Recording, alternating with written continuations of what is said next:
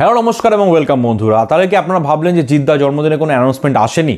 সত্যিই কিন্তু অফিসিয়াল কোনো অ্যানাউন্সমেন্ট আসেনি। তার জন্য প্রত্যেকেই হতাশ, ফ্যান বলুন বা যারা ভিডিও করছি প্রত্যেকে কিন্তু হতাশ। আমরা আশা করেছিলাম একটা বড় কিছু অ্যানাউন্সমেন্ট আসবে, সেটা লায়ন হোক, সেটা বস 3 হোক বা খাকি দ্য বেঙ্গল চ্যাপ্টার হোক, কিছু না কিছু একটা আসবে, এটা আমরা আশা করেছিলাম। কিন্তু আলটিমেটলি কিছুই আসেনি।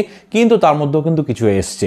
সেটা হচ্ছে যে জিদ্দার জন্মদিনে কিন্তু একটা কেক কাটা হয়েছিল, যার মধ্যে কিন্তু একটা সিংহের ছবি ছিল এবং সেই কেকটি পাঠিয়েছিলেন লায়ন ছবির প্রডিউসার শ্যাম সুন্দর দে, অর্থাৎ এপার বাংলা যিনি প্রডিউস করছেন শ্যাম সুন্দর দে, তিনি কিন্তু পাঠিয়েছিলেন সেই কেকটা। এবং একটা চকলেট কেকের মধ্যে উজ্জ্বল একটি সিংহ, তার মাথায় মুকুট, এবং এই কেকটি কেটেই তার মধ্যে কামড় দিয়েছেন জিদ্দা।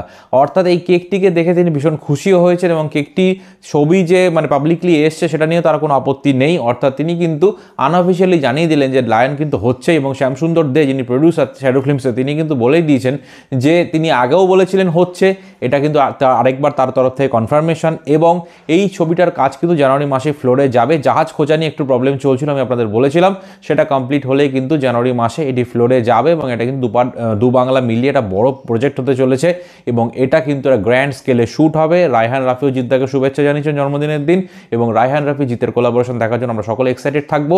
এটা কিন্তু একটা দারুণভাবে একটা অ্যানাউন্সমেন্ট করা হলো ইনডাইরেক্টলি।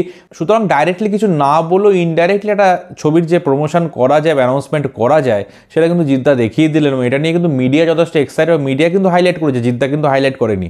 সুতরাং ব্যাপারটা কিন্তু যথেষ্ট ক্যাচি হয়েছে, অন্য ধরনের একটা প্রমোশন বা অ্যানাউন্সমেন্ট বলা যেতে পারে।